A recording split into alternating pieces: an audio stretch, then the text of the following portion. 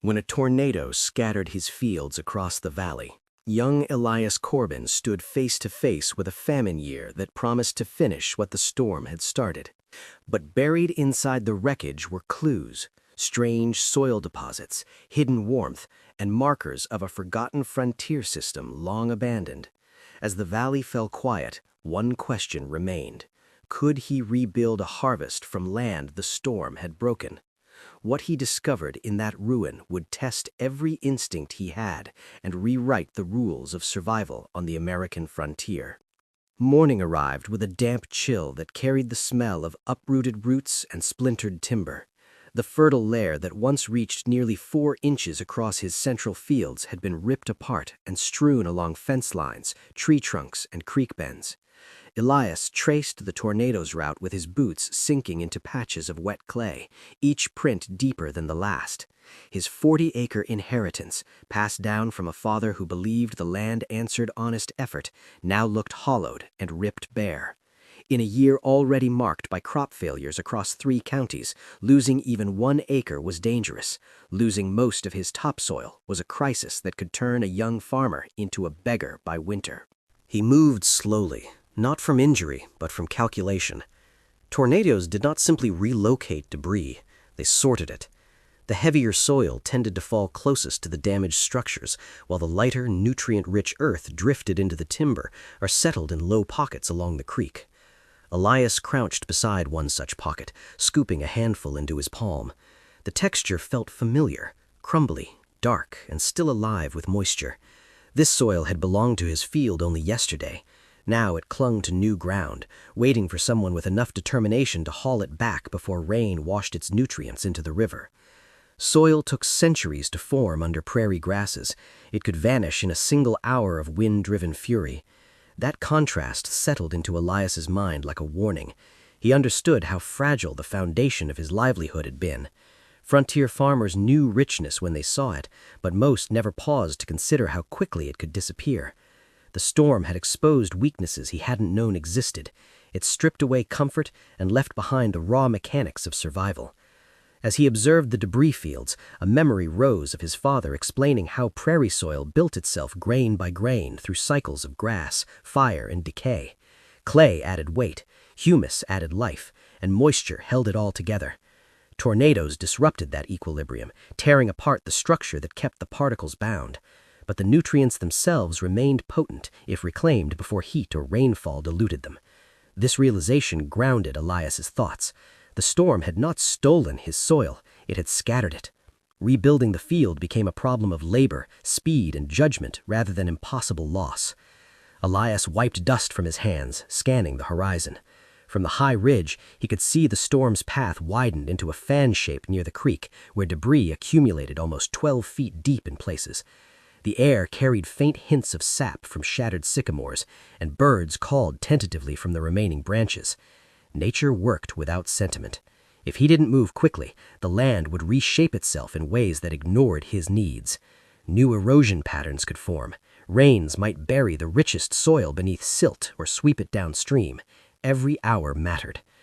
The remains of his barn lay scattered across the slope, shingles stuck like blades into the mud. The eastern wall had vanished entirely, leaving only a broken hinge swaying from a leaning post. But beneath a shattered beam, Elias saw the first hint of an idea forming. The storm had flung boards, rails, and planks in every direction, yet many pieces remained usable. They could serve as skids, ramps, or barriers for gathering and transporting soil. He lacked the manpower of larger farms, but he had material his neighbors didn't, debris that could be shaped into tools for salvaging what the wind had stolen. He tested the ground with a shovel, pushing until the blades struck dense clay only 2 inches below the surface. That thin line told him everything. For crops to grow, he needed at least 3 inches of restored topsoil across the acres he intended to plant. The calculation was brutal. To cover just 1 acre with 3 inches required around 400 cubic yards of soil. Even a fraction of his land would demand dozens of wagon loads. The challenge seemed unreasonable, almost punishing, yet Elias felt a stubbornness rising that matched the scale of the problem. He hitched his surviving draft horse, Mara, a gray mare with a steady temperament, and led her towards the timberline. The tornado had torn open the forest floor, revealing pockets of his own soil trapped in tangles of roots. As he listened to the creak of Mara's harness, he noticed something unusual embedded beneath a fallen trunk. The soil in that pocket was layered differently, heavier below, lighter on top, almost as though the wind had sifted it by grain size. Elias tested it with his fingers, rubbing the finer layer between thumb and forefinger. It held more moisture and crumbled perfectly. A small spark of hope formed. If he could identify consistent gathering points, he could reclaim soil with higher fertility and rebuild faster than expected. The land, in its destruction, had given him hints. But those hints needed interpretation, and Elias knew interpretation came with risk. One misjudgment could cost precious time, and the season already pressed against him with merciless precision. He climbed over the log, examining deeper into the debris field. Larger pockets of soil lay ahead, some sheltered by uprooted trees, others pressed into hollows carved by the wind's force. These were the deposits that could help him, the ones that held the concentrated remnants of his livelihood. But just beyond this cluster of debris, something metallic caught the light. Elias stepped closer, brushing aside a handful of twigs. The object was buried halfway in the soil, its shape distorted but unmistakable. It did not belong to any neighbor he knew, and its presence hinted that the tornado had carried not only soil and timber from his farm, but something older, heavier, and filled with a story of its own. The discovery tightened the moment. Whatever lay beneath that soil was out of place, out of time, and utterly capable of changing his plan. When he uncovers it fully, Elias realizes it holds a secret that will reshape how he rebuilds the land. Wind still whispered through the shattered valley when Elias returned to the timberline the next morning, drawn by the strange object he had uncovered beneath the fallen sycamore. The air felt thick with unsettled dust, carrying the scent of broken bark and damp soil. As he cleared the last fragments of debris, he uncovered not a simple scrap of metal, but the twisted remnant of a plow blade older than any tool he had ever used. Its iron looked darker and denser, forged in a style unfamiliar to him, hinting at a story that had been buried long before the tornado scattered the land. It seemed to belong to an earlier farmer who had survived conditions just as punishing, maybe worse, leaving behind a tool shaped by different understandings of wind, soil, and endurance. He turned the blade in his hands, weighing its meaning rather than its mass. The discovery felt symbolic, almost deliberate, as if the storm had exposed a message from the past. It suggested that earlier farmers relied on systems that modern practices had ignored. Those systems might hold lessons for him now, at a time when speed and surface-level efficiency had failed him entirely. Standing beneath the leaning trunks and fractured branches, he sensed that the surviving fragment represented a different era's approach to land, one rooted in resilience rather than production. Elias felt the pull of that older logic, the urge to study what earlier hands once used to shape fields into reliable lifelines. Setting the blade aside, he surveyed the debris field again, becoming more aware of how carefully the storm had sorted the soil. Tornado winds rarely scattered soil evenly. Instead, they separated particles by weight and moisture, dropping heavier loam first and carrying lighter topsoil farther into the timber. He crouched near a ridge of dense earth where the tornado had lost momentum, revealing a clear band of deep brown soil, still rich with nutrients. Farther downhill, lighter fragments gathered in elegant curls against exposed roots and fallen logs. The patterns reminded him of how floodwaters sorted sediment along riverbanks, creating layered traces of motion that mapped disaster through the land itself. To determine whether the scattered soil held enough fertility to salvage, Elias relied on the simple texture tests frontier farmers used long before scientific equipment became available. He scooped a handful of the heavy deposit, squeezed it until it clumped, and checked how it broke apart when released. Good soil fell into soft fragments rather than dust. He rubbed a smaller bit between his fingers, measuring organic content by its smoothness and moisture by the slight coolness it left on his skin. Each test confirmed what he hoped. The tornado had not ruined the soil's quality. It had simply moved it. If he worked quickly, he could reclaim enough to restore life to several acres before the next rain diluted the deposits beyond retrieval. Encouraged, Elias began mentally mapping the terrain, noting where deeper mixtures had collected in sheltered pockets beneath uprooted trunks. The timberline had become an accidental archive, preserving fertility in places the wind had softened. These natural barriers held back the wealth of his farm more effectively than any fence or field ridge he had constructed. He followed the curves of the land, marking distance by his steps, estimating how many wagon loads he could haul back before moisture or wind dispersed everything again. Each deposit represented possibility, but also urgency. The season advanced relentlessly, and even a few days' hesitation could leave him too far behind to recover. Storm debris offered more than scattered soil. Mats of decaying leaves, shredded bark, and broken branches had settled thickly along the creek bed, their scent earthy and pungent. Elias lifted a handful, feeling the dampness that promised eventual breakdown into humus. If mixed with the recovered soil before planting, these organic remains could strengthen the top layer far beyond its former state. He imagined blending them with the rich deposits he had tested, creating a field not just repaired, but improved. The idea sent a rare sense of momentum through him, a quiet push toward the belief that the storm might have offered him raw materials rather than only destruction. As he explored deeper, he noticed subtle microclimates formed by the storm's chaotic patterns. Some pockets remained cool and moist in the shade of uprooted trunks, while others warmed quickly in the morning sunlight filtering through broken branches. These differences shaped how long soil could remain viable. Warm locations dried faster, making them ideal for immediate collection, while cooler pockets could store rich earth without losing essential moisture. The tornado had reshaped the valley into something revealing, a map of airflow, moisture behavior, and shadow that he had never been forced to study before. The land now exposed its hidden tendencies, inviting him to understand them if he hoped to rebuild it properly. The scarcity of seed hung over every decision he made. The famine year had strained supplies across the region, leaving Elias with little more than a tightly guarded cache of grain that represented both his hope and his risk. Rebuilding soil became not just a path to survival, but the only strategy that allowed him to plant confidently rather than gamble blindly. If he restored enough fertility in time, the limited seeds might take root and produce a modest but life-saving yield. If he failed, he would face the winter dependent on neighbors who struggled under the same shortages. Soil, therefore, was not just earth, it was his calendar, his ration, and his fate. When he loaded the first wagon, he worked with deliberate precision. He used planks salvaged from the wrecked barn as ramps, pushing and guiding the soil into place until the wagon reached its limit. Mara, steady and dependable, held her weight against the harness with patient strength. Elias knew each load would strain them both, but returning this soil felt like reclaiming something stolen rather than buried. As Mara pulled the heavy wagon towards the ruined field, he imagined the land slowly darkening again with life, inch by inch. Yet the memory of the old plow blade lingered at the edge of his thoughts, stirring questions he could not yet answer. He returned to the blade before gathering another load, drawn again to its unfamiliar shape.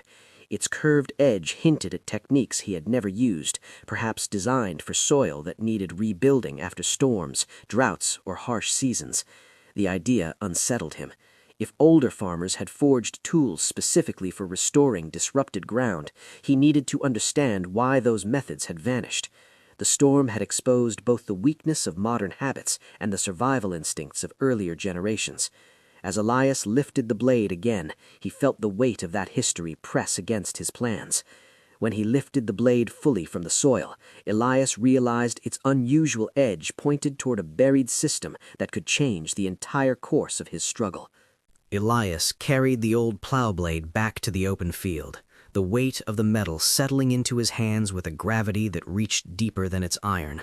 Its curved edge and narrow shank were unlike the broader, shallower blades used by most farmers in his county. This one was built for precision rather than speed, the kind of tool meant to shape soil in deliberate lines rather than sweeping passes. As he studied it under the pale afternoon light, a memory surfaced, his grandfather speaking of an older ridge and furrow method that had once defined Midwestern farming before new plows and faster practices pushed it aside. That memory returned now with sudden clarity, carrying an insight that matched the shape of the blade perfectly. Here was a forgotten tool from a forgotten technique, its purpose hidden in the craftsmanship time had buried beneath newer habits. He walked across the stripped ground, letting the weight of the blade guide his thoughts. The land looked wide and hollow, almost skeletal without its deep layer of topsoil. The storm had flattened his ridges, erased the contours that once caught moisture and slowed runoff. Rebuilding those ridges seemed almost absurd, given the hours required and the little time left before planting season closed in. Yet the storm's destruction had forced him to reconsider methods that modern farmers rarely acknowledged. If the land had rejected the speed of new practices, maybe the slower rhythms of older ones offered a chance to survive a famine year. The ridge and furrow system demanded effort, patience, and precision, qualities the season seemed determined to teach him whether he welcomed them or not. As he knelt in the center of what had once been his most reliable field, Elias pressed the edge of the old blade into the soil. It cut through the shallow top layer with surprising smoothness. The tool seemed made for this task, as though it had been waiting for someone stubborn enough to resurrect its purpose. These ridges, once formed, would work like funnels, guiding moisture toward the roots instead of letting it evaporate under the relentless summer sun. Furrows, kept narrow and deep, would concentrate nutrients and direct runoff gently into the troughs instead of washing fertile earth away. In a year when every ounce of soil and moisture mattered, the system offered a strategy that made more sense than the wide, shallow plowing methods newer tools encouraged. He rose, holding the blade as he traced the length of the field with his eyes. The tornado had carved irregular slopes and left behind scattered depressions where soil pooled or thinned unpredictably. To rebuild the field, Elias needed to understand those changes intimately. The land was no longer uniform. It behaved like a new terrain altogether, shaped by wind patterns and pressure shifts he could only interpret by studying its scars. The ridge and furrow method would not simply restore order, it would restore structure. In a famine year, structure meant control, and control meant survival. The storm had given him chaos. This old tool gave him a way to answer it with purpose. He began marking lines across the field, stepping off the distance between ridges with slow, measured progress. Each line represented a future row, each row a pocket of hope for seeds he could not afford to waste. As the sun climbed higher, warmth brushed across the ground, drying the scattered grains of soil that clung to the blade. The field, though battered, showed hints of possibility. Elias sensed that if he could shape its surface correctly, the land would respond.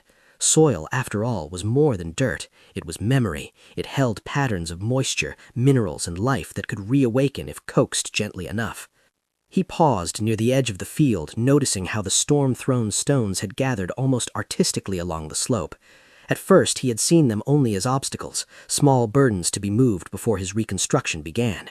But now he studied their placement with a different eye. The stones had formed a natural barrier against the wind, and in the hours since the storm, soil had already accumulated in the pockets behind them.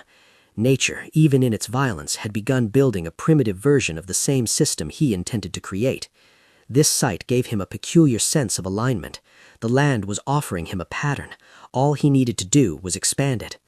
Using the old blade, Elias carved the first ridge. The soil resisted at moments, clumping where moisture still hid beneath the top surface, but he pressed forward with steady resolve.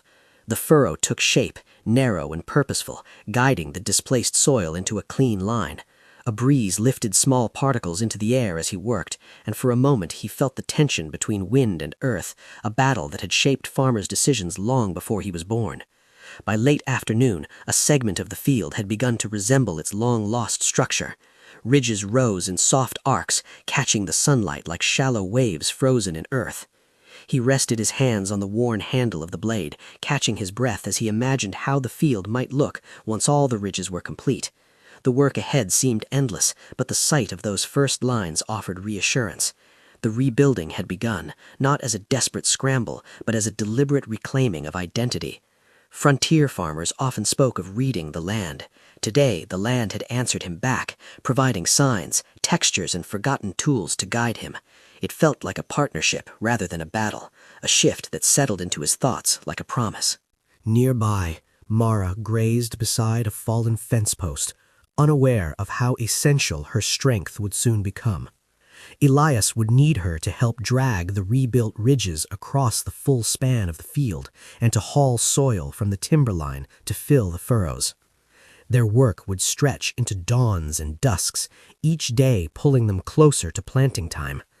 But the progress made today grounded Elias in a new belief that rebuilding the field was not only possible, but achievable through the method inherited from earlier generations. The plow blade, once forgotten, had become his compass. He stepped back to the highest point of the field to look again at the scattered stones that lay along the slope. The way they formed a rough arc hinted that the tornado had unwittingly created a natural windbreak. The broken ridges he had yet to form would need protection from the next strong gust, and those stones offered a clue to how the land positioned itself against the wind. In a moment of recognition, Elias understood that the storm had not only destroyed, it had revealed. Patterns of debris, carved paths of wind, and the ancient blade all pointed toward a system waiting to be rebuilt with careful intention. As the light faded and shadows stretched across the valley, Elias felt an uneasy awareness settle in his gut. The storm had brought chaos, but it had also brought change, and change rarely traveled alone. The ridges he shaped today would need protection from more than just time and labor. The valley, once quiet, now carried a new rhythm shaped by forces he barely understood. The storm's stones had formed a natural barrier, but Elias soon realizes another invisible force threatens to undo everything he had rebuilt. Wind returned to the valley before dawn, slipping across the rebuilt ridges with a restlessness that unsettled Elias as he stepped out into the morning chill. The air carried a thin whistling undertone, the kind that signaled shifting pressure rather than a passing breeze. He watched dust rise from the edges of the field, small spirals lifting from the furrows he had shaped the day before. It took only a few seconds for him to understand the danger. The ridges were too new, too light, too fragile to withstand even moderate gusts, and the storm had left the valley's surface exposed in a way it had never been. Soil drifted differently now, sliding across the top layer as if it no longer trusted the land it clung to. Wind had become a silent adversary, one capable of undoing hours of effort without leaving a single fallen branch in its wake. He crossed the field slowly, watching the movement of dust along the slopes. Tornadoes changed more than landscapes, they changed air patterns. The valley, once shielded by stands of dense timber, now had gaps where the storm had ripped out trees by the roots. These gaps created channels through which the wind gathered speed, funneling itself across the open fields with unexpected force. Elias noticed a thin line of soil already piling against one of the ridges, forming a miniature dune that signaled the beginning of wind erosion. If left unchecked, the wind would strip the topsoil he had just reclaimed, sending it back across the valley like wandering ash. Rebuilding the field demanded time and grit, but protecting it demanded strategy. He walked to the edge of the debris field where storm-thrown branches and shattered timber still lay in tangled heaps. At first, he had seen this debris only as a burden, something to clear before rebuilding could begin. But now, as he studied the wind patterns, he recognized an opportunity buried among the chaos. Organic matter, branches, bark, shredded leaves, could break wind at ground level, slowing gusts and anchoring loose soil.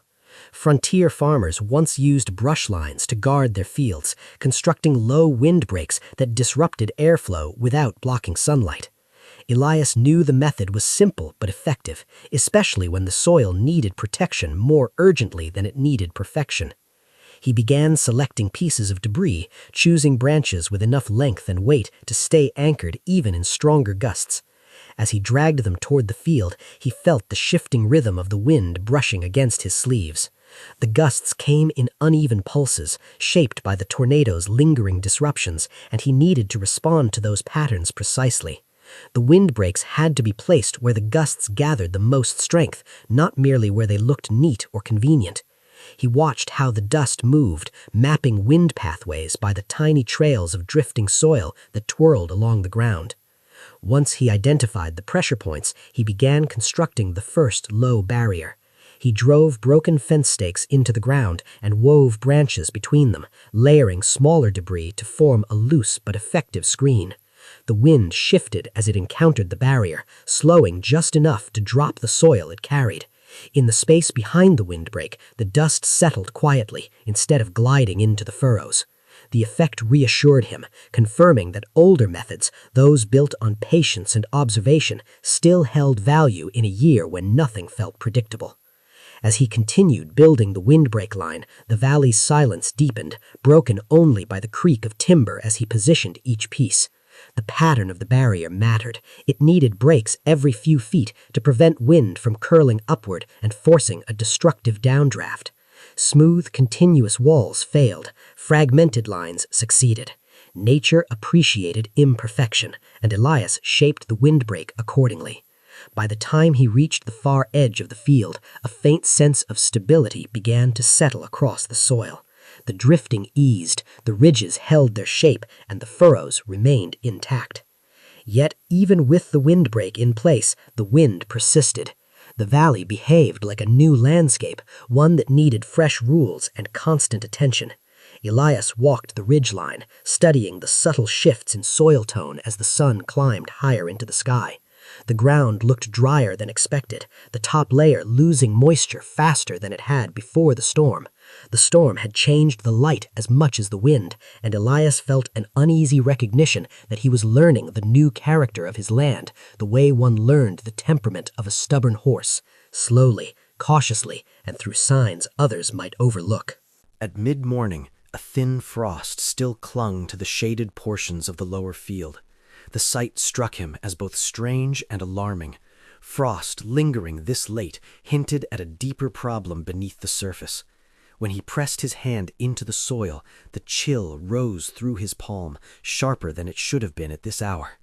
Tornado-scattered soil behaved differently from soil that had matured undisturbed. Its structure, once warm and steady, now lacked density, allowing cold to penetrate deeper into the ground. The land had lost the insulating layers that once trapped heat overnight. Without warmth, seeds would hesitate, roots would stall, and the season would slip out of his reach. He moved toward the frost-marked area, observing the way the cold pooled in the depressions carved by storm runoff. Soil acted like a sponge for temperature. It needed structure and moisture balance to hold heat effectively. Elias had planned for wind, moisture, and fertility, but he had not anticipated the storm altering the land's thermal behavior so drastically. If the soil remained this cold well into planting season, no ridge or furrow would save it. The lost warmth represented an invisible threat, one capable of undermining the entire rebuilding effort in silence.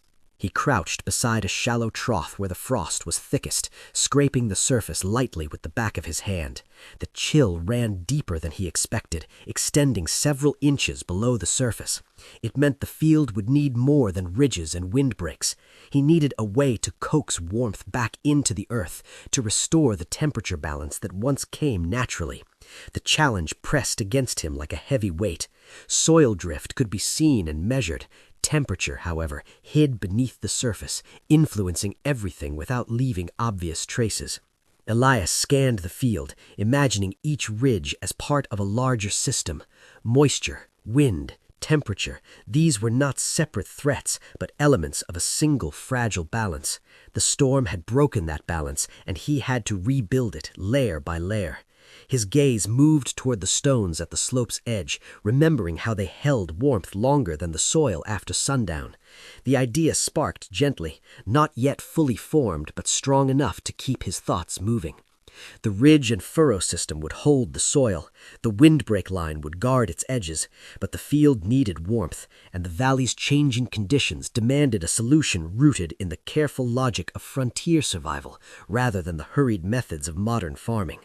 As Elias studied the frost glinting across the lower field, the realization settled with quiet urgency. The land had survived storms before, but this time its memory of warmth had been stolen. At first light the next morning, the frost reveals an even deeper crisis hidden beneath the rebuilt ridges, one that forces Elias to rethink every method he has relied on so far. Dawn broke with a muted glow, spreading pale light across the ridges Elias had rebuilt in the days since the tornado. Yet the sight waiting for him felt colder than the air itself. Frost clung thick across the lower field, layering the soil in a crystalline sheet that shimmered like crushed glass. It stretched far beyond the shaded pockets he had noticed earlier. The new ridges, carefully shaped and protected from drifting winds, stood intact, but their beauty masked a deeper threat. Cold soil held its own kind of danger, a danger that silently sabotaged seeds long before they emerged. Elias felt his breath tighten as he knelt to touch the surface.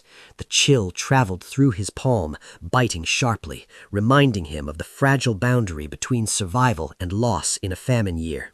He pressed deeper, pushing through the top inch until his fingertips grazed the firmer layer beneath. The chill felt wrong, far too low for early planting season. Tornado-scattered soil lacked the compactness and structure that once insulated the ground through cold snaps. Without that natural layering, warmth escaped during the night as easily as loose sand falls through fingers. The storm had not only torn apart the physical landscape, but stripped away its thermal memory. Seeds needed soil near 50 degrees to germinate reliably, warmer for corn, slightly cooler for hardy grains, but this field hovered well below that threshold. Elias stood slowly, scanning the horizon as a thin mist drifted from the creek bed, settling like a reminder that time would not wait for him to adapt. As the sun climbed higher, the frost began to release its grip. Small droplets gathered on the tips of exposed ridges, sliding into the furrows where they disappeared into the disrupted earth. Yet the melting frost offered little reassurance. Cold lingered beneath the surface, refusing to yield even as the light strengthened. Elias knew the soil needed heat not just for planting, but for stability. Warm soil breathed. Cold soil clung to moisture, compacted, and resisted root penetration. The rebuilt ridges were strong in shape, but not yet in function, their cold interiors behaving like pockets of stored winter. Elias walked the perimeter of the field, searching for signs of warmth the way a tracker searches for prints in scattered dust. His gaze moved toward the stones the storm had thrown against the slope. The night before, he had noticed how they retained warmth longer than the soil, holding the day's last heat well after the field had cooled. That memory stirred in him now, offering a small but promising insight. Stones acted as thermal masses, absorbing heat during the day and releasing it gradually during the night. If used correctly, they could help warm sections of the soil just enough to coax seeds into life. The frontier had no shortage of such solutions, small systems shaped by necessity rather than design. He began lifting stones, testing their weight and temperature. Even after the night's frost, some still held a mild warmth, faint but distinct. The idea grew clearer as he gathered them. If he arranged stones along the ridges, especially in areas shaded from early morning light, they could trap heat and moderate the temperature around the soil. But stones alone would not solve everything. The field, stripped of its natural structure, needed a system that blended warmth, moisture, and airflow. As he considered the stone's potential, a second idea surfaced, one borrowed not from farming, but from watching the natural patterns of the valley. The tornado had created pockets where sunlight pooled more heavily.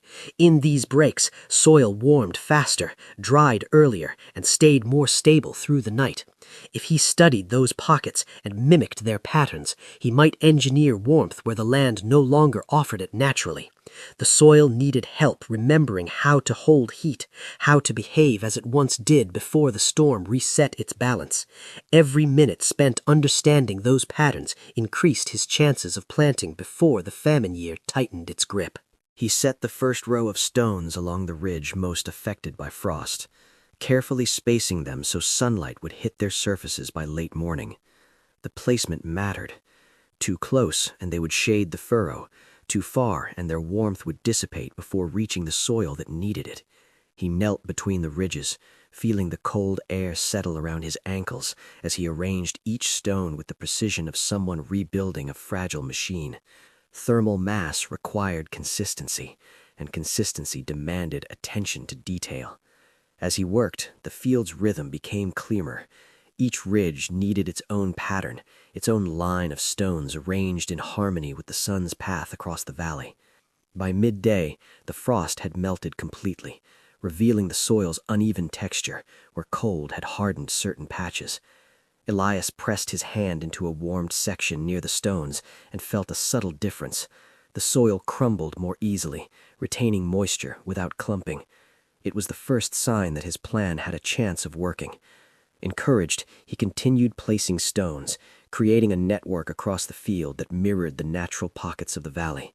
He worked with deliberate movements, shaping a landscape that could defend itself against cold, just as his windbreaks defended against drifting soil. But warming the soil required more than thermal mass. Light mattered too.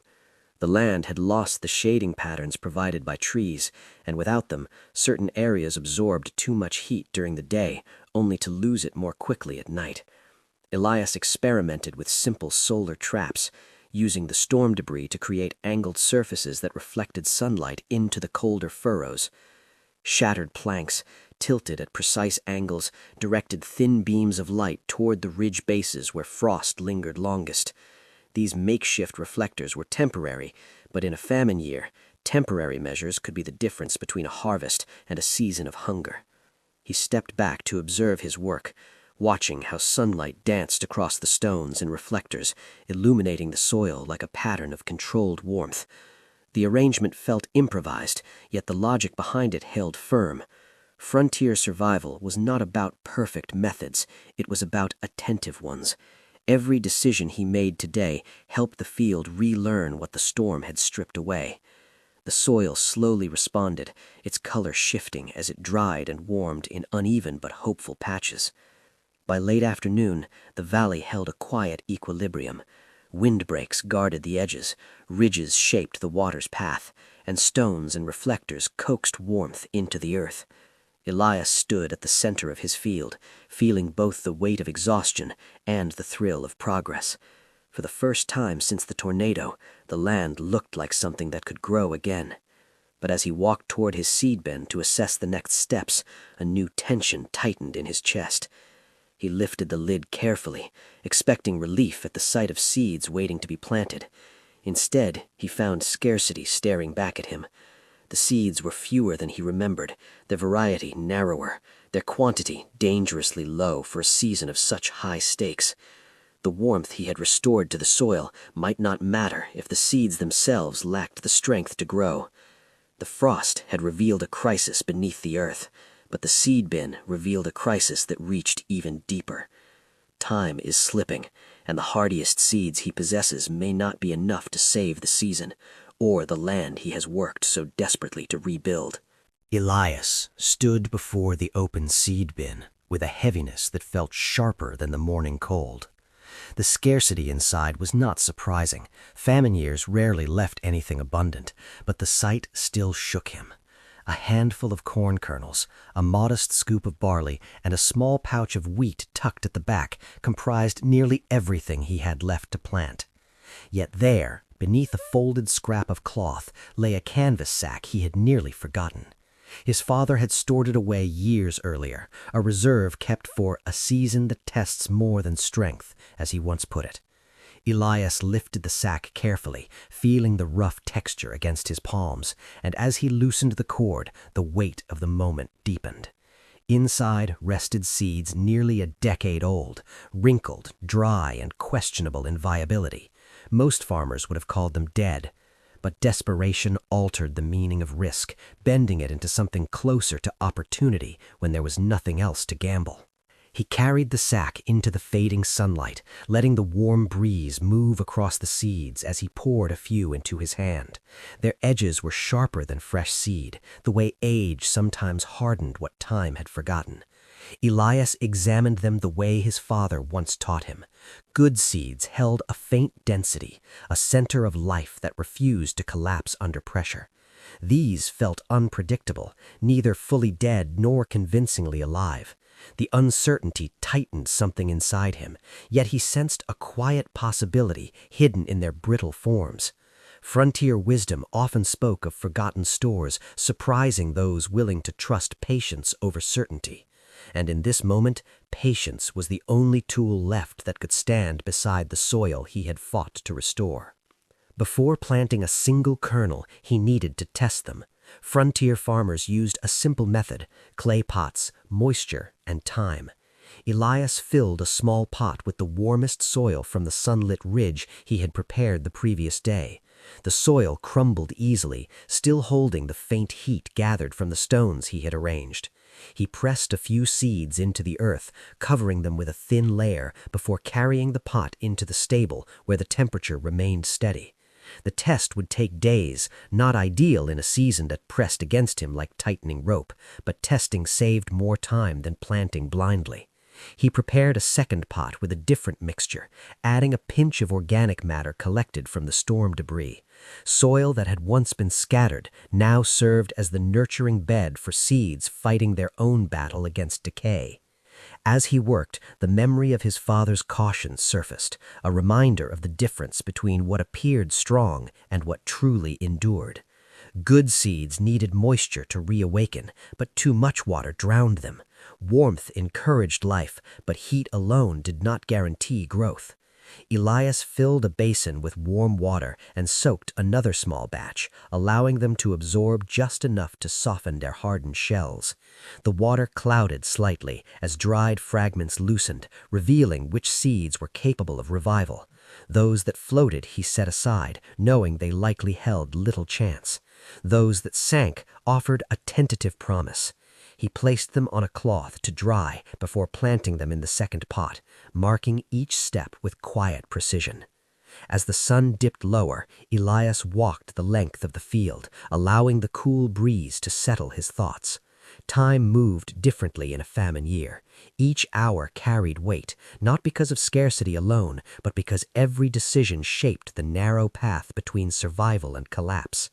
The field, once stripped bare and cold, now held traces of warmth coaxed back into the earth.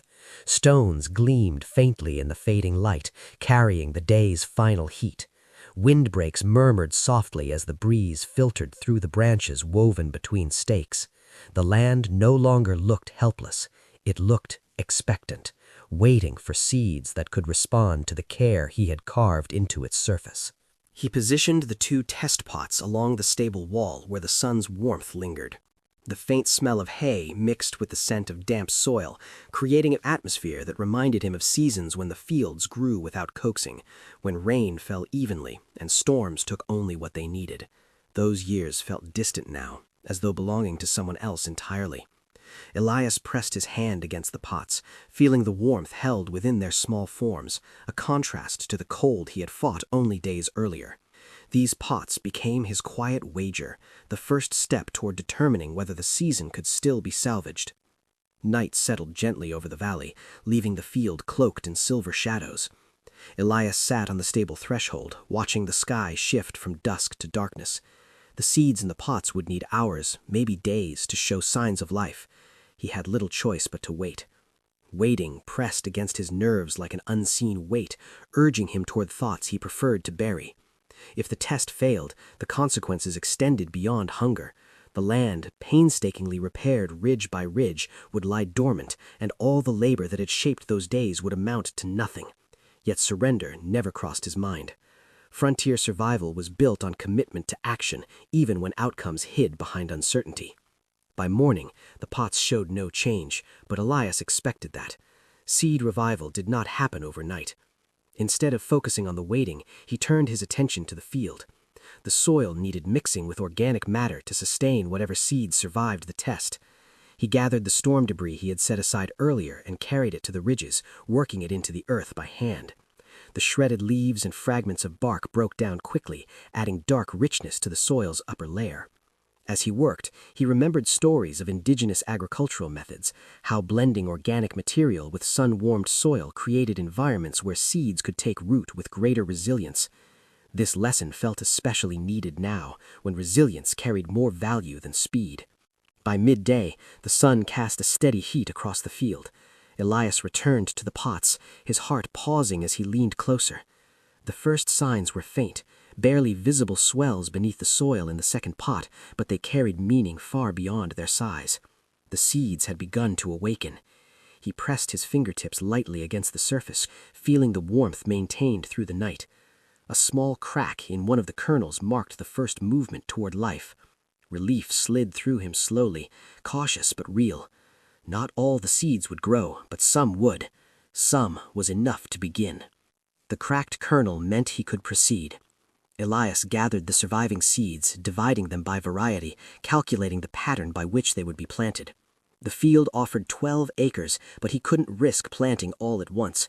He needed a strategy that blended the strongest seeds with the strongest soil pockets, ensuring that even if part of the field failed, another part might carry them through the season. The ridge and furrow system offered lines of moisture control.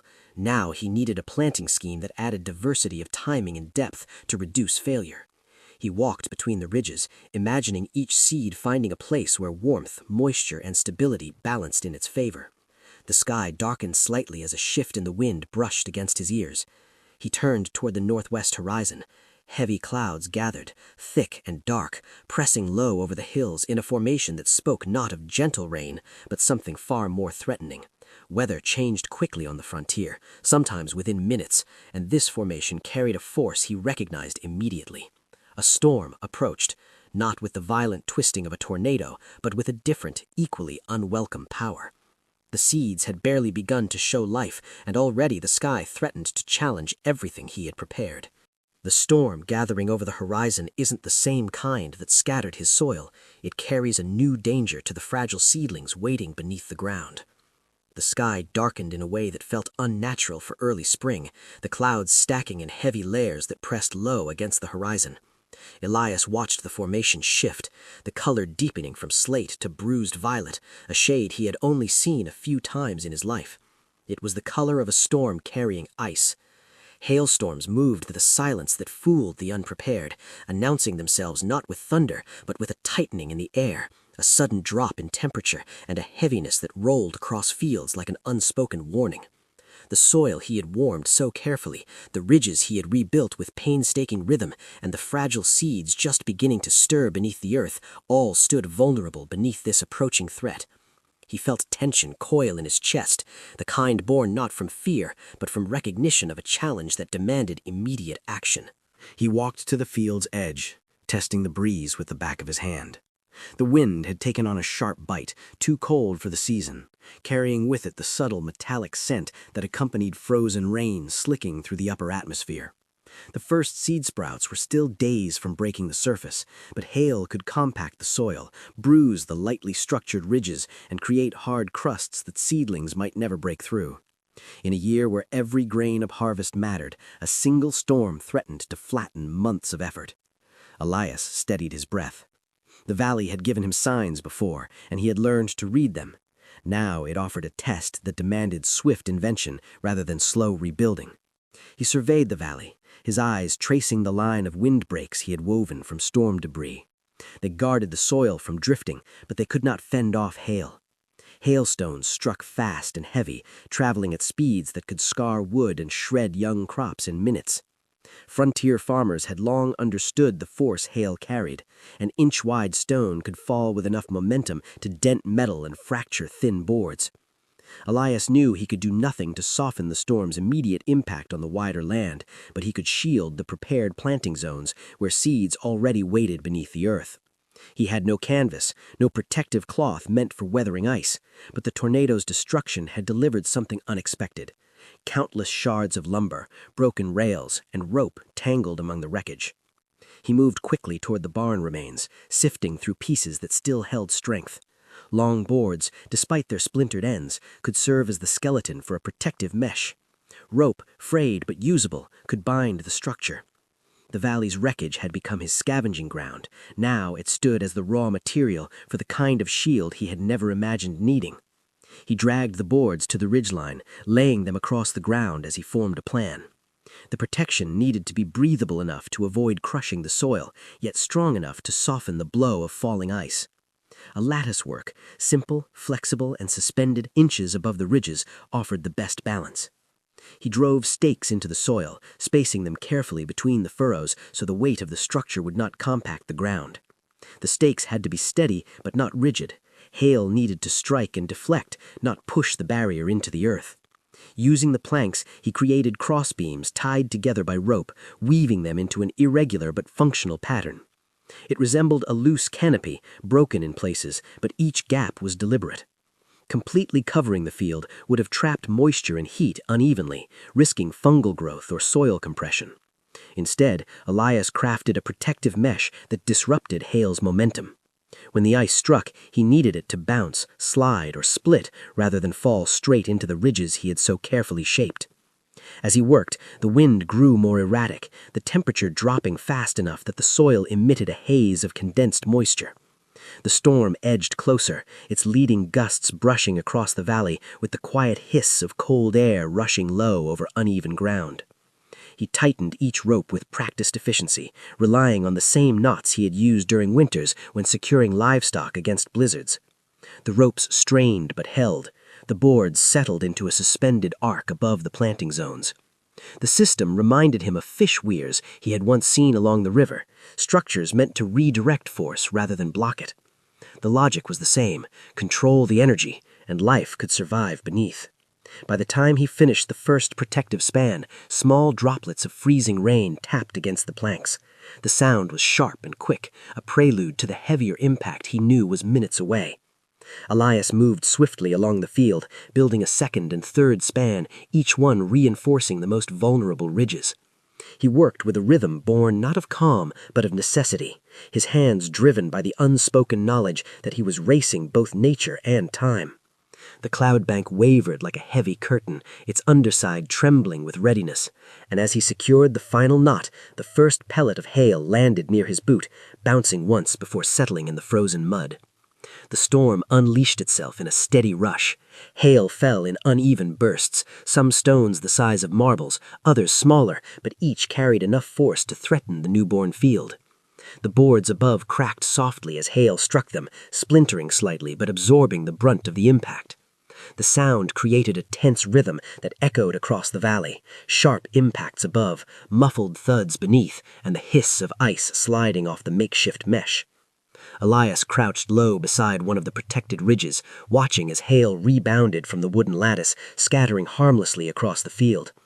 The soil beneath remained undisturbed, the ridges held, the furrows stayed open. He moved along the protected rows, checking for weaknesses. Some ropes sagged slightly under the accumulating ice, but the structure remained intact. The storm raged for nearly an hour, each minute dragging with the weight of uncertainty. Yet through it all, the protective mesh absorbed the force with a resilience that felt almost defiant. He had built it quickly, using salvaged debris and instinct, but its effect was undeniable. It gave the fragile ground a fighting chance. As the storm began to wane, the hail softened into sleet, then into cold rain. The valley softened too, the tension easing as the clouds brightened in uneven patches.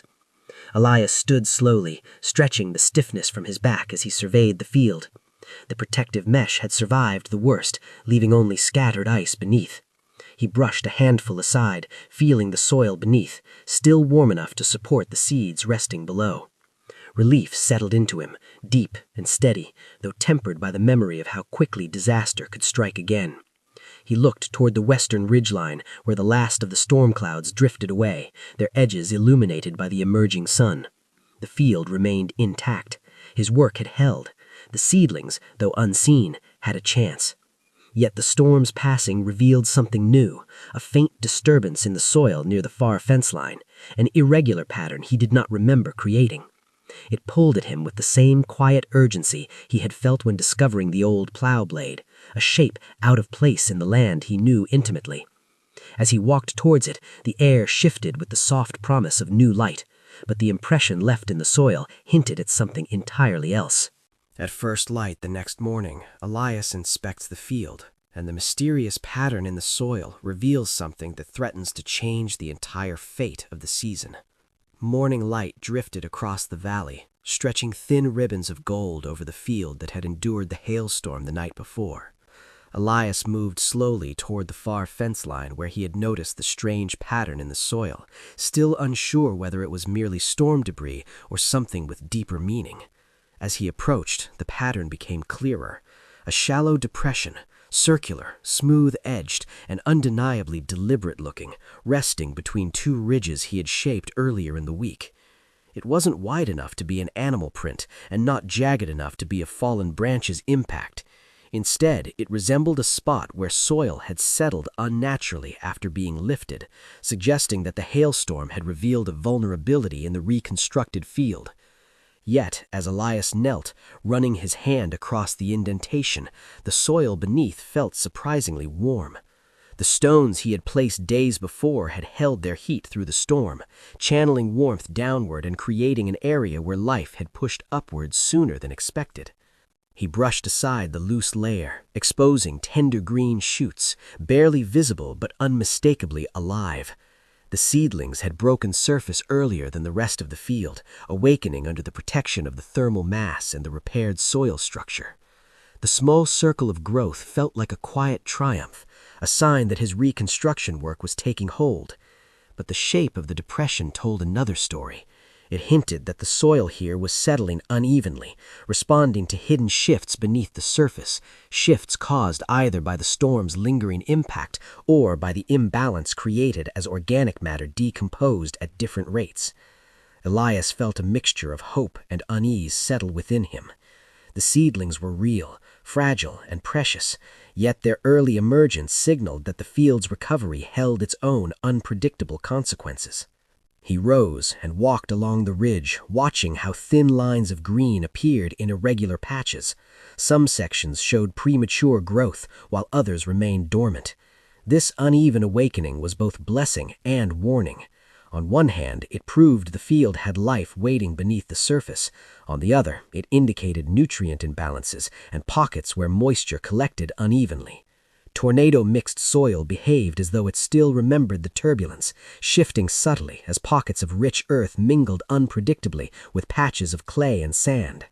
Elias understood he needed to reinforce the field's fertility before the seedlings grew tall enough to depend on a system not yet ready to support them. He moved to the edge of the field where he had stored the last of the storm debris, shredded leaves, bark fragments, and decomposing organic matter.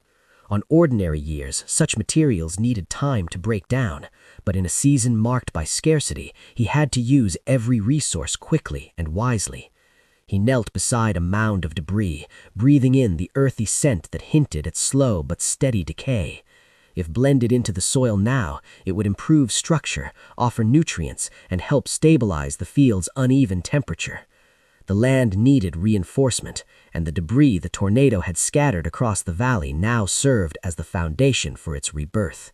He spread the organic matter along the ridges, working it into the top layer with careful movements. The soil responded almost immediately, its color darkening in the places where he blended the debris.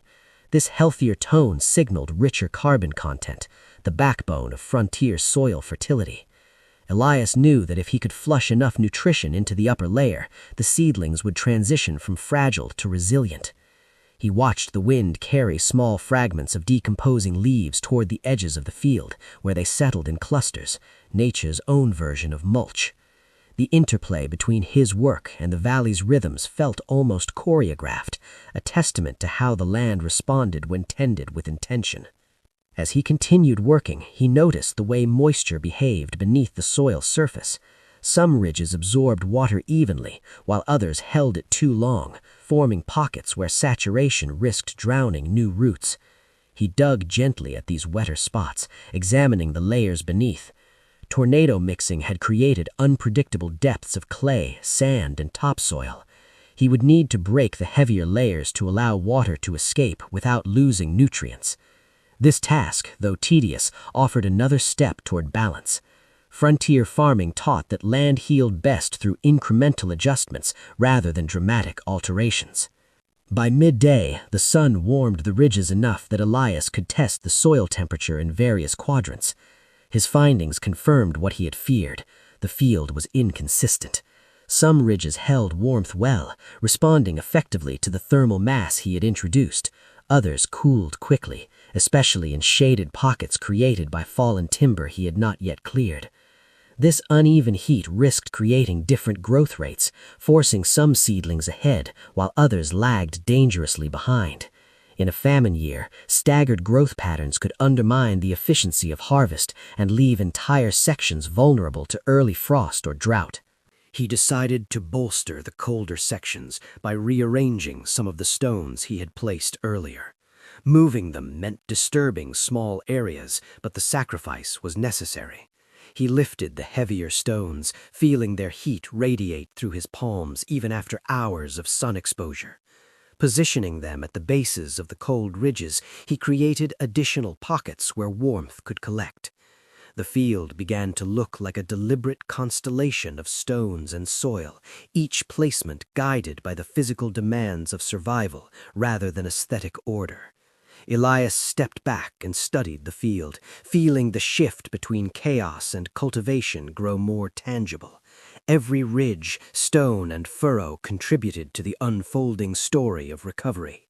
As he walked the furrows, checking for signs of new shoots, he reflected on how quickly the field had transformed. Just days earlier, it lay stripped bare, frostbitten, and lifeless. Now, in scattered pockets, life pushed upward with determination. He knelt beside one of the premature growth patches, brushing a fingertip along the tender leaf. The sprout trembled slightly at his touch, reminding him how vulnerable it remained. Yet its presence felt like a promise that the field could recover fully if guided with care. Growth did not lie. It exposed the truth about the soil, the weather, and the resilience of the land. But as Elias continued inspecting the rows, he noticed something else, an area where grain heads appeared too early, pushing up in a cluster that neither matched the planting pattern nor the stage of growth expected. These heads were thin, pale, and prematurely formed, signaling a nutrient imbalance or an overstimulation caused by decomposing matter concentrated beneath the ridge. Early grain formation was not a blessing, it was a warning. It meant the soil was feeding the plants unevenly, coaxing growth where it could not be sustained. These early sprouts would likely fall before they matured, and their premature emergence threatened to divert nutrients from the healthier sections. The field whispered a new challenge. He had built warmth, protection, and structure, but the deeper balance required more intentional correction. Elias felt the weight of decisions gathering again, the kind that demanded courage rather than haste. He might have to cut away the early grain, sacrificing a tempting glimpse of growth to protect the future yield. It was a hard truth. Frontier survival required letting go of what arrived too early if it endangered what needed time to thrive. As the sun dipped lower, casting long shadows across the field, Elias sensed a shift in the valley's atmosphere. The soil beneath his boots pulsed with life, the field breathing in a rhythm that felt both promising and precarious. He turned his gaze toward the far ridge, where the faint outline of dusk blurred the horizon. Each decision ahead would shape the season in ways he could not yet see. The land had begun to recover, but its uneven awakening demanded a choice that tested his resolve. Early grain wasn't a blessing, it was a warning, and Elias must now choose between preserving this fragile growth or protecting the future of the entire harvest. Evening settled slowly over the valley, stretching long shadows across the field as Elias stood at the edge of the premature grain patch. The thin, pale heads trembled lightly in the breeze, their early emergence a sign of imbalance rather than strength. He knew they could not stay. They would drain nutrients from the soil, starving the healthier plants struggling to establish themselves. Yet cutting them felt like removing a small victory in a season where victories were nearly non-existent. As he weighed that decision, the valley offered a reminder of another threat creeping quietly along the edges of every frontier farm. One harder to see, not shaped by storms or frost or wind, but by hunger. Food scarcity changed the behavior of more than plants.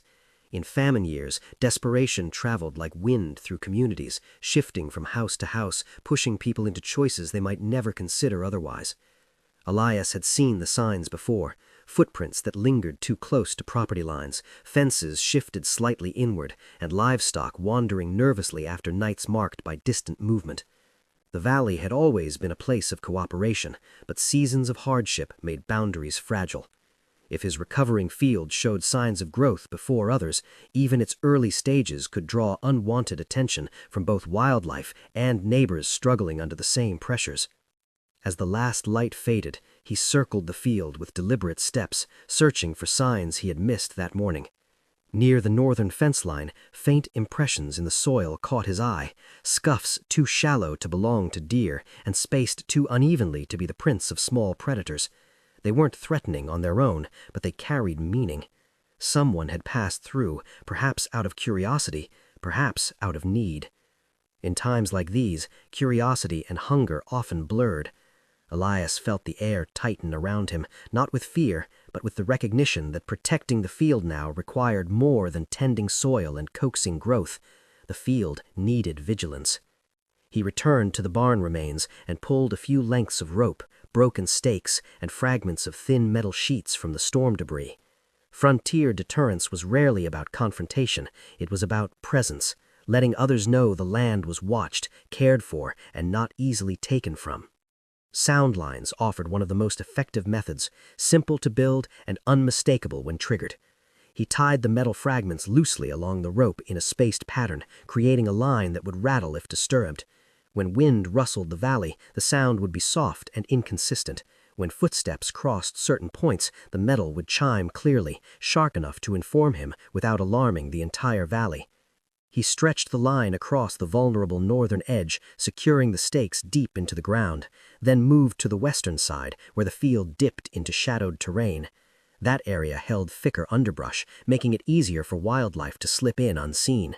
Coyotes, rabbits, and even deer might be drawn by the first signs of sprouting grain.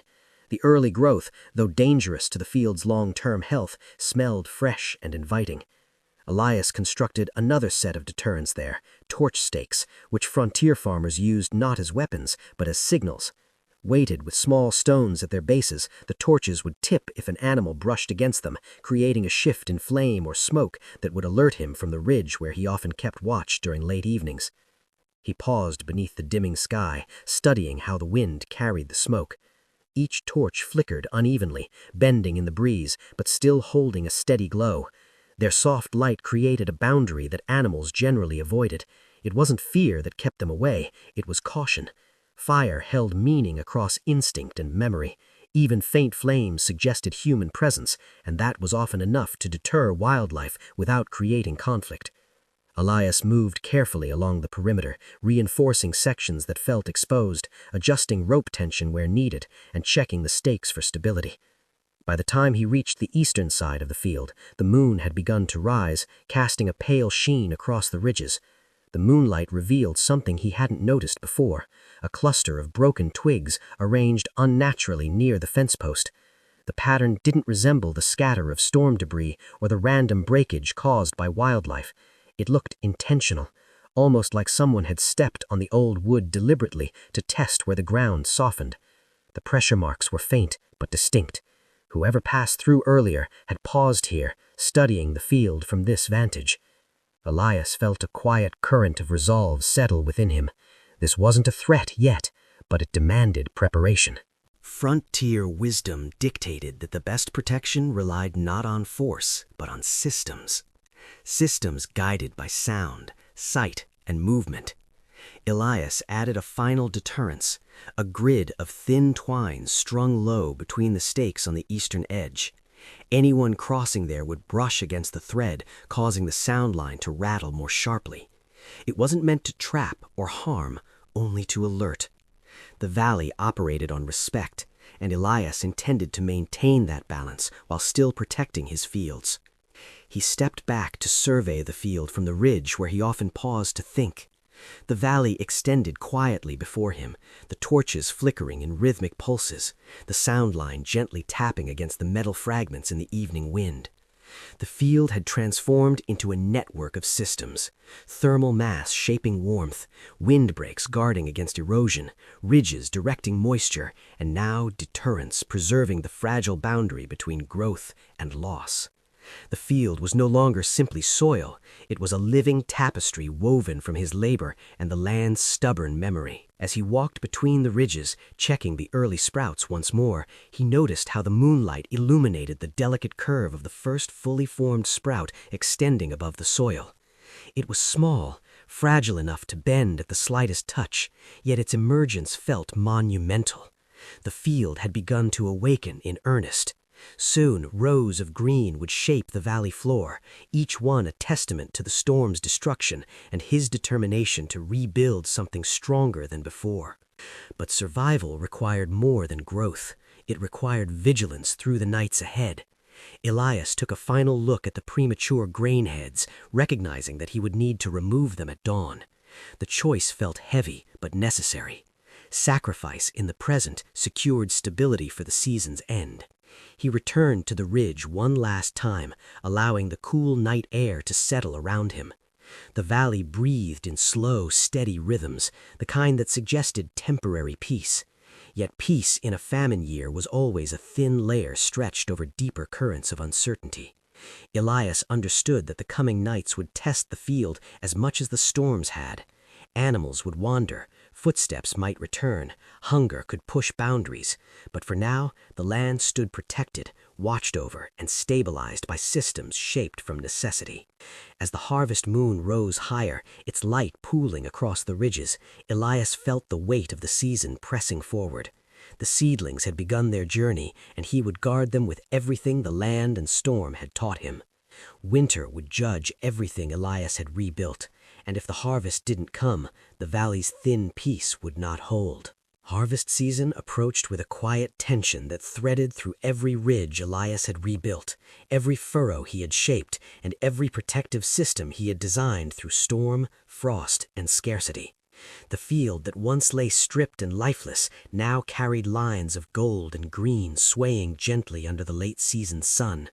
Grain heads bowed under their own weight, not prematurely as before, but with the steady maturity that promised real yield. Elias walked between the rows as dawn broke across the valley, the cool air brushing against the warmth rising from the soil.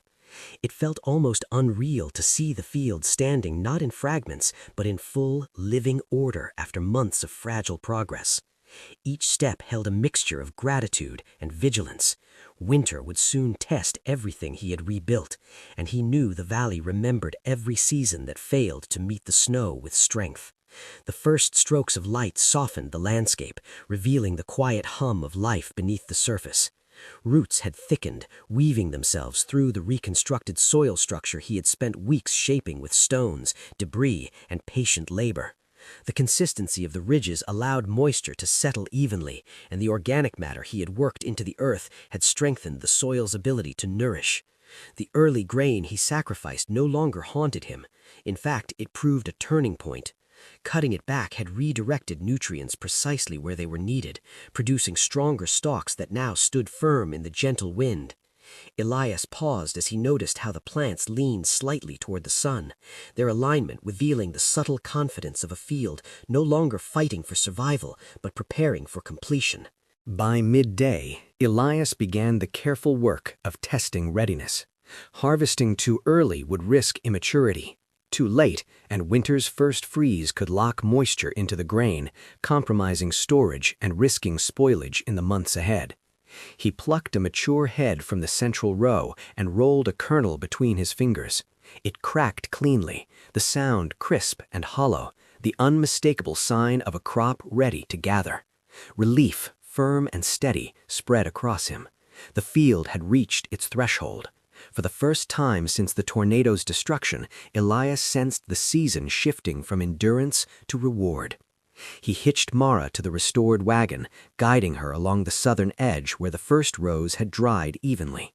The steady creak of the wagon felt almost comforting, a familiar rhythm echoing against months of uncertainty. He moved methodically, cutting and gathering with the patience he had learned through every hardship the season forced upon him. The grain slid into the wagon with a soft, steady rustle. Sound alone confirmed what sight already showed. This harvest held weight. Not abundance, not extravagance, but stability. Enough to carry him through winter. Enough to share with neighbors who had suffered equal losses. enough to prove that rebuilding from scattered soil was not simply a survival tactic, but a system born from understanding the land rather than yielding to its anger. As he worked, memories of the storm returned, not to haunt him, but to frame the contrast. He recalled how the valley looked in the tornado's aftermath when the soil lay scattered across the timberline like a fractured map. He remembered the frost settling too deep, the stones warming the ridges, the hail striking the protective mesh, and the sound lines warning him of movement at the edges of the field. Every trial had added a layer to the final outcome. The valley had become a partner in its own restoration, offering clues, patterns, and resilience. Elias realized that survival was not simply the absence of catastrophe, but the ability to rebuild meaningfully after catastrophe passed. By afternoon, the wagon sat nearly full. He guided Mara up the ridge, letting her rest while he stood at the highest point overlooking the field. From that vantage, the rows formed sweeping arcs shaped by his earlier decisions, curves that captured water, held warmth, and resisted wind. The field looked almost architectural, its design born from necessity but refined through care. In that moment, Elias understood that the harvest represented more than grain. It was proof that disaster could be met with strategy, not surrender. The valley, once wounded, had healed through a blend of frontier logic and improvisation born from hardship. He unloaded the first wagonful into the storage shed, spreading the grain so it could cool naturally before he transferred it into the bins. If trapped while warm, moisture would linger, inviting mold or decay, dangers every frontier farmer feared. Each step had to be measured. The shed itself, repaired from storm debris, stood shaded against the afternoon sun. Placing the grain here felt symbolic, a return of life to a structure once marked by ruin. Elias worked long into the afternoon, repeating the cycle with unwavering dedication. By evening, the shed held a respectable portion of grain, enough to quiet the anxious edge that had followed him through the entire season. But harvest required more than gathering. It called for reflection. As dusk settled and the valley dimmed into deep amber, Elias gathered his tools and walked the length of the field one last time. The soil had stabilized, its temperature balanced by the stones and organic matter that had shaped its revival. The windbreak lines held strong, still whispering under the breeze, and the torches placed along the edges now flickered faintly against the coming night. These systems had not only protected the field, they had taught him that survival came from layering solutions, not relying on a single act of strength. He paused near the ridge where he had first discovered the old plow blade. That memory surfaced with clarity. That blade had formed the foundation of his strategy, guiding him toward the ridge and furrow method that allowed the soil to reclaim structure. From that discovery onward, the season unfolded like a sequence of problems and answers, each building upon the last. The blade represented continuity, a reminder that the wisdom of those who worked the land before him still held relevance even in years shaped by chaos. As the first stars appeared and the cool night settled around him, Elias recognized the larger truth woven through the season. The tornado had not simply destroyed his field, it had revealed how fragile and powerful the land could be, depending on how one approached it. Rebuilding required humility, attention, and a willingness to learn from every shift in soil, wind, and temperature. The valley had offered him nothing freely, yet it had accepted every thoughtful adjustment he made. The harvest, therefore, felt shared, a partnership between labor and landscape. Elias gathered the final tools and returned to the ridge where the moon began to rise. Winter loomed at the valley's edge, its approach silent but certain. Yet this time, he met that coming cold with strength rather than worry. The grain in the shed carried weight enough to sustain him. The field, though scarred, now held the structure to survive future storms, and the land itself seemed to breathe with a steadiness restored by both his hands and its own enduring memory. He looked over the valley, feeling the meaning of the season settle fully within him. Survival on the frontier was not merely about enduring disaster, it was about transforming it into a foundation. Elias had rebuilt his field from scattered soil, reconstructed systems from broken timber, and discovered that resilience was not born from ease, but shaped by the hard rhythm of the land. The forgotten rules of the frontier remained buried in the soil, waiting for the next hands willing to learn what the land had taught him. Elias Corbin rebuilt his fields not through luck, but through grit, patience, and a frontier instinct for reading the land when everything seemed lost. What began as scattered soil became a living map of resilience, proving that disaster can be reshaped into opportunity with steady hands and quiet determination. His harvest was more than grain. It was a reminder that the American frontier survives through those who refuse to surrender. And long after the storm, the land still carries the memory of the season he rebuilt from ruin. Stories like Elias Corbin's stay alive when people who value grit, survival, and frontier resilience keep them moving across the map. If this journey pulled you in, pass it along to someone who appreciates true American determination. And if you want more untold wilderness history and frontier survival stories shaped with this level of detail, make sure you're here for the next one. The land has many more secrets, and we're just getting started.